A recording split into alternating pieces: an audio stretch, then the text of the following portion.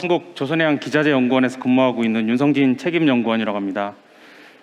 제가 오늘 소개해드릴 자료는요, 저희가 야심차게 준비하고 있는 다목적 해상실증 선박에 관련된 현재와 미래에 대해서 한번 소개해드리고자 오늘 이 자리에 서게 되었습니다. 처음에 간략한 소개를 하고요, 그리고 이런 본 사업이 시작된 계기 등을 백그라운드 차원에서 설명을 좀 드리고요, 그리고 주요 이슈사항, 이것들을 해결하기 위한 솔루션, 그리고 본 사업에 대한 전반적인 비즈니스 오버뷰, 그 다음에 기술적인 오버뷰 차원으로 해서 6단계로 해서 설명을 드리도록 하겠습니다. 우선 저희 연구원은 2001년 12월 18일 날 설립이 되었고요. 산업부 산하 산업기술혁신촉진법 제42조에 의거해서 비영리 재단 법인으로 만들어졌습니다. 잘 아시겠지만 저희 연구원은 울산, 그리고 영도, 미음, 녹산, 거제, 전남, 전북 이렇게 해서 여러 군데 전국 조선해양 관련 지역에 다 이렇게 연구원이 배치가 되어 있습니다. 그래서 기술 개발이나 시험 인증 관련된 부분을 지원하고 있고요.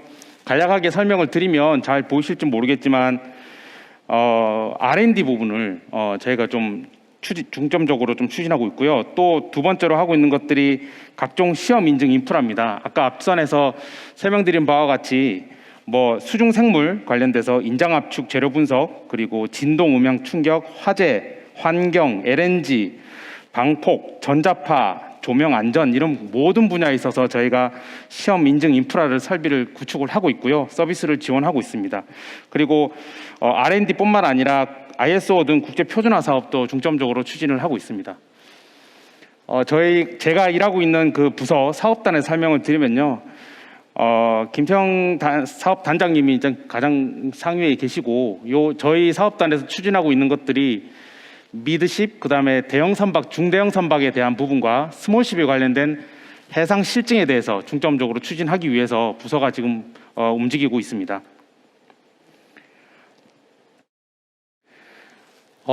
백그라운드 관련된 부분은 설명을 좀 드리면요, 앞서 오늘 여러 가지 있던 세미나, 각종 세미나나 여러 패널 분들께서 얘기해 주신 그 GHG 온실가스에 대해서 상당히 많은 이슈들이 있어서 이게 실제로는 선박뿐만 아니라 모든 산업, 항공, 그 다음에 발전, 농업 관련돼서 모든 전 분야에 있어서 온실가스 저감에 대해서 많은 논의가 있고 기술 개발이 되고 있습니다. 그 중에서 IMO는 조선 분야, 그 다음에 선박 분야, 그리고 해양 분야에 대해서 이렇게 리드해서 나가고 있고요. 구체적인 내용은 앞에서 설명을 쭉 드렸으니까 이 부분은 패스하도록 하겠습니다.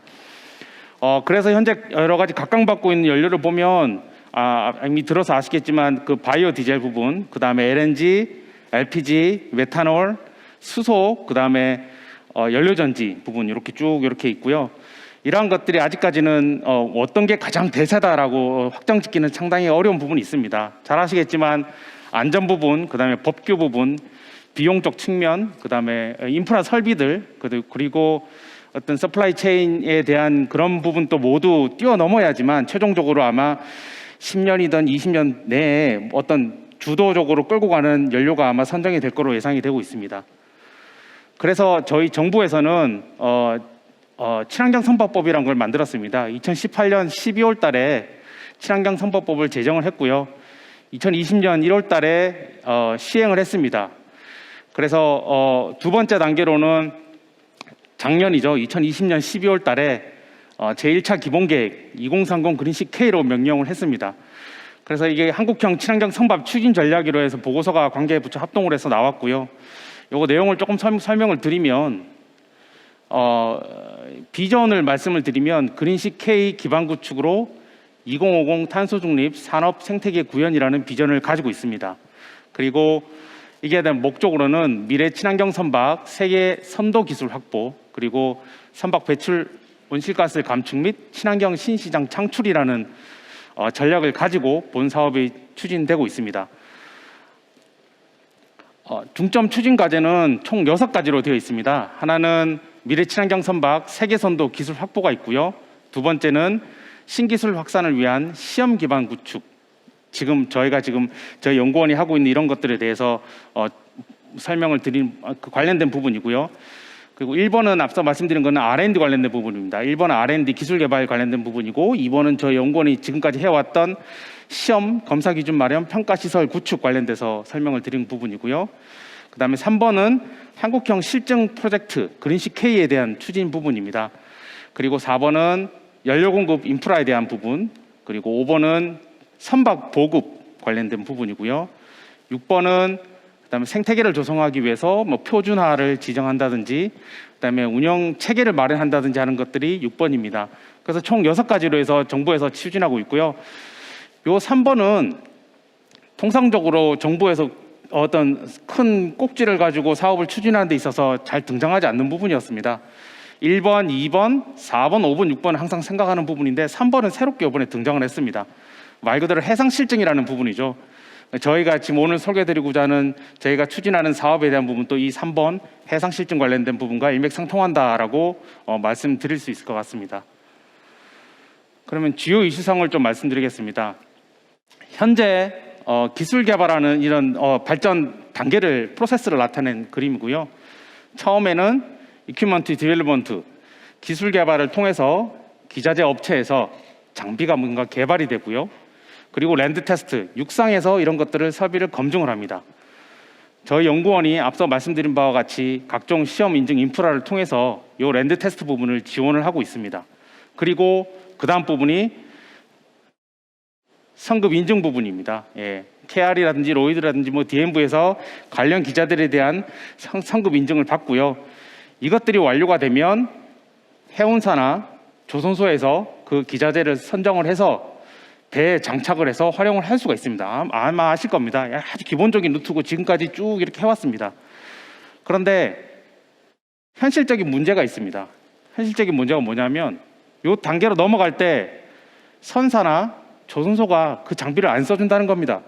아마 다 인지를 하시고 계실 거고 우리가 직면한 문제점입니다. 그럼 이거에 대한 해결 방식은 너무나 단순합니다. 실제 배를 만들어 적용하는 부분이 있는데요. 여기 나와 있는 것처럼 이 장비에 대해서 실제 선박에 사용을 하지 않았기 때문에 그에 대한 뭐 신용이라든지 보증이 없어서 선사나 조선소에서 쓰지 않는 부분이 있고요. 그래서 그러한 장비들이 마켓에 들어가기 힘든 부분이 있고, 또한 국내에서 새로 개발된 뭔가 장비나 그런 것들이 있어도 상용화되지 못했기 때문에 해외 유수 기업들이 먼저 그 시장을 잠식한다는 부분이죠. 이게 지금 직면한 과제들입니다. 그래서 여기에 대한 솔루션을 말씀을 좀 드리면요. 저희가 지금 사업단에서 추진하고 있는 멀티퍼포즈 마린 서브스탄티에이션 베셀입니다. 그러니까 다목적 해상 실증 선박입니다. 이 선박을 통해서 개발된 장비나 이런 것들이 실제 선박에 적용을 하면 아마 확실하게 어떤 마켓에 진입하는데 쉽지 않을까라는 그런, 이 아이디어는 아주 단순한 아이디어입니다. 복잡한 어떤 논리 아니면 정말 기막힌 아이디어로 탄생한 건 아닙니다. 그런데 왜 지금까지 하지 못했냐? 결국은 이제 민간에서 직접적으로 하기는 힘들었고요. 저희 코메리에서 산업부나 혹은 지자체, 부산시의 많은 노력을 좀 통해서 이런 것들을 좀 설득을 했고, 결국 이 배를 만드는 과정에 시작 단추를 깨하게 되었습니다. 그래서 이 사업을 시작하게 되었고요. 본 사업에 대한 전반적인 오버뷰를 좀 설명을 드리도록 하겠습니다. 사업 기간은 2020년 6월부터 그리고 2024년 12월까지입니다. 그리고 전체 비용, 투입된 비용은 현물까지 포함해서 430억 정도 이렇게 되어 있습니다. 그리고 밑에 전반 큰 조직도를 보면 저희 연구원이 이제 총괄 주관으로 되어 있고요. 그 상단에 이제 부산광역시와 산업부가 존재하게 되어 있습니다. 시랑 산업부에서 적극적인 지원 하에 이런 사업을 진행하게 돼서 너무 감사드리고요. 그리고 지금 또 계속 예산 증액이라든지 뭐 조선소 선정에 대해서 많은 도움을 주고 계십니다.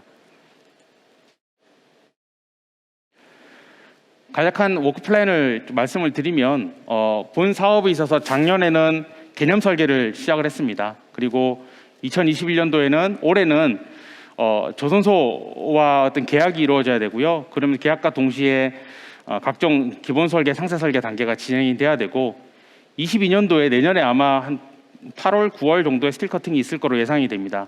그래서 그런 선박 건조 과정을 거치게 되고 23년도까지 계속 쭉 배건조 기간이 아마 될 겁니다. 현재 조달 입찰 과정 중인데요. 조선소 선종을 위해 조달 입찰 과정 중인데 건조 기간은 대략 한 24개월로 잡았습니다. 잘 아시겠지만 나중에 설명드리겠지만 저희가 하고 있는 게 24K 벌크 캐리어인데 국내에 마도선이 잘 없습니다. 이제 이런 벌크 캐리어가 중국으로 많이 넘어가는 상황이라서 마도선이 없다 보니까 기간을 좀 충분히 준 것도 있고요. 그리고 저희가 해상 실증 선박이다 보니까 아마 설계하면서 많은 리콰이어먼트들이 발생할 걸로 예상이 됩니다. 그래서 그런 것들을 고려해서 24K 벌크선인데 24개월로 잡았습니다. 그리고 마지막 2024년도에는 배가 인도되고 나서니까요. 아마 해상 실증에 대한 어떤 방법, 기준안 마련, 그다음에 1년 동안에 저희가 배를 지으면서 해상 실증 기자재들이 1차적으로 투입이 되는데 거기에 대한 실증을 실제로 1년 동안 수행을 할 겁니다. 네. 그래서 그렇게 총 5개년도로 사업이 진행이 됩니다. 선박 운항하는 데 있어서 근본적인 고려 사항이 몇 가지 있습니다. 저희가 해상 실증을 하는 데 있어서 뭐 산업부나 부산시에도 설득을 했던 여러 가지 요인 중에 하나인데 선박의 운항되는 패턴이라든지 그리고 운항 거리 이런 것들을 고려를 해서 가장 적절한 선사를 골라야 된다라는 부분이 있을 수 있고요. 왜냐하면 저희가 뭐 장비를 달고서 1년 내내 둘 수도 있는 거고요. 실증 기자재를 달고서 혹은 한 달 동안만 배 운항할 수 있는 부분이고 이런 것들은 기자재 업체들이 리퀘어먼트가 다양할 거로 예상을 합니다. 그러면 배가 저기 뭐 싱가포르로 간다, 미국으로 간다, 저 멀리 갈 수는 없는 부분이고요. 정기선이라는 정기적으로 돌아다니는 그 루트를 바탕으로 해서 배가 운항이 되고 그 시기가 일정하다고 하면 저희가 실증 기자재를 교체를 하거나 테스트를 하거나 사람들이 탑승을 할 어떤 그 포인트들을 찾을 수 있을 거라고 생각을 했습니다. 그래서 그러한 점을 고민을 해서 해운사를 선정을 했고요. 저희가 공개적으로 모집을 해서 해운사를 선정을 했는데 그 해운사는 현재 어떻게 돼 있냐면 포스코의 석회성 물량을 앞으로 몇십 년 동안 계속 정기적으로 운송을 하는 그런 항로를 가지고 있습니다. 그리고 저희는 운항선사가 아닙니다. 그래서 그러한 부분에 대한 리스크가 상당히 강해서 해운사와 나용선 계약을 체결할 계획입니다. 그래서 운항 관련돼서는 다 해운사로 맡기게 됐고요. 저희가 운항선사로부터 받게 되는 차트링 피비는 해상 실증 장비 교체 이런 관련된 부분으로 다 전원 다 투입할 계정이 있습니다. 네. 그런 플랜을 가지고 해운사도 선정하게 되고 배 타입도 선정하게 되었습니다. 해상 실증에 대한 전략을 좀 간단하게 말씀을 드리면요. 일단 저희 배가 있는데 이 선박에 있어서 각종 관련된 장비가 당연히 이제 구축이 되겠죠. 예. 그러면 그 어떤 장비에 대해서 바이브레이션 데이터, 커런트 데이터, 쉽 오퍼레이션 데이터, 뭐 서멀 데이터, 울트라소닉 데이터 등 여러 가지 어떤 데이터들을 게더링을 하고요. 그러한 것들을 수치적으로 계산을 해서 기자재 업체들이 원하는 값을 제공을 하고 또는 좀 더 나아가서 수명 예측이라든지 고장 진단이라든지 이런 것들을 다 서비스를 비즈니스에 제공할 수 있는 것들이 저희 어떤 전략의 하나입니다. 기술적으로 조금 더 전반적으로 관점을 좀 쳐다보면요. 저희 배는 24K의 벌크 캐리어입니다. 그리고 길이는 한 159m 정도 되고요. 그리고 폭은 한 26m 됩니다. 이러한 것들은 확장된 부분은 아니고요. 개념 설계에서 나왔던 부분이긴 한데 스펙 사양에 공고 떴을 때 조선소와 충분히 협의를 해서 선박의 퍼포먼스를 위해서 일정 부분 이렇게 조율할 수 있도록 그렇게 단서를 달았습니다. 그래서 선정된 조선소와 협의를 할 거고요. 현재 엔진은 윈지드 엔진 듀얼 퓨얼로 했습니다. 이것도 어떤 그 크루징 레인지라든지 뭐 퍼포먼스라든지 이런 걸 고려해서 일단 현재 이렇게 잡긴 했는데 아마 조선소가 선정이 되면 초반에 이제 어떤 개념 설계 컨셉 디자인 끝나고 나서 베이직 디자인을 할 때 아마 이 엔진에 대해서 다시 한번 되짚고 갈 수 있지 않을까라는 그런 생각도 합니다. 그리고 기본적으로 이제 12노트로 가게 됐고요. IMO는 티어 3로 정해서 설계를 하였습니다. 이게 계략적인 주의입니다. 저희가 요 왼쪽 밑에 아래 보시는 전반적인 배의 측면 부분인데요.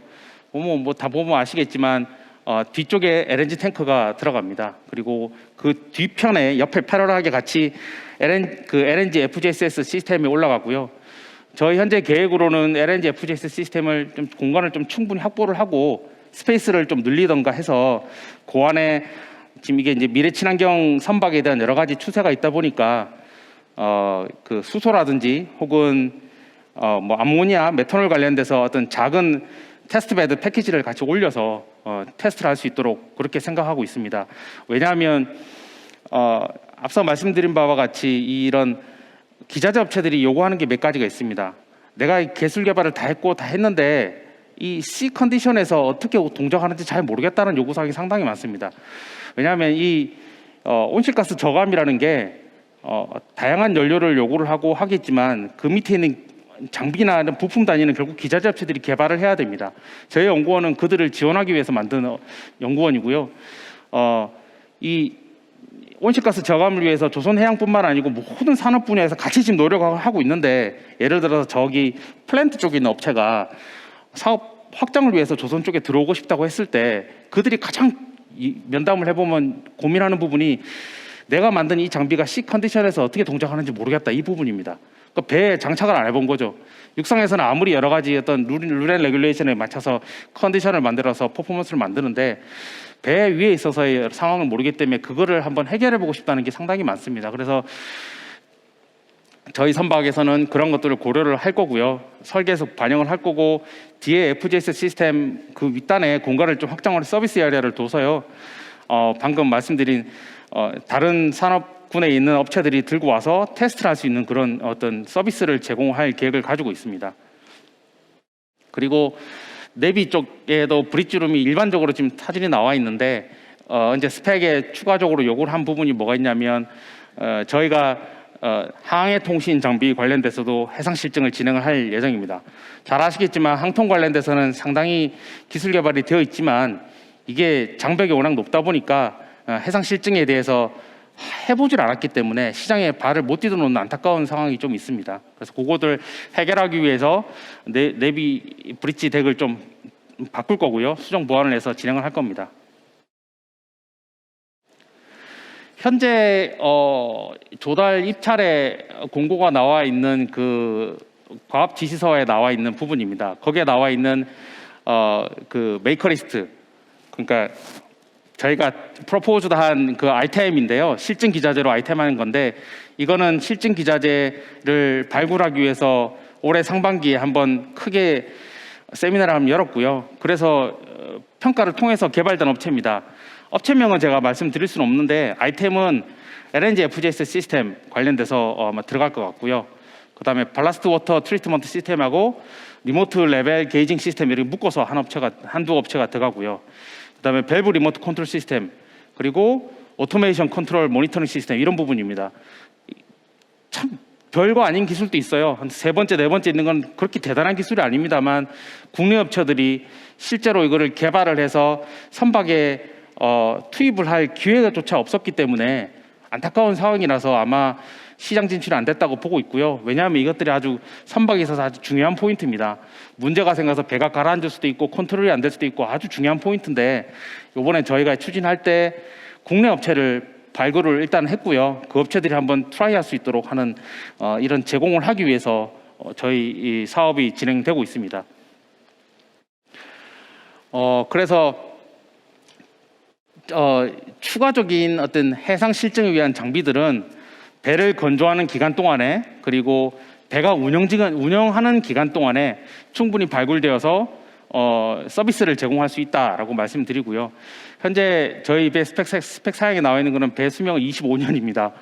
25년까지 아마 잘 운영을 해서 다양한 서비스들이 조선 기자재 업체들에게 제공이 됐으면 하고요. 그래서 이 기자재 업체들이 잘 밑바탕이 깔려져야지, 베이스가 깔아져야지 이게 앞서 나가는 해운선사라든지 아니면 대형 조선소와 같이 발맞춰서 나갈 수 있지 않을까라는 그런 생각을 해봅니다. 네, 이상 저희 발표를 마치도록 하겠습니다.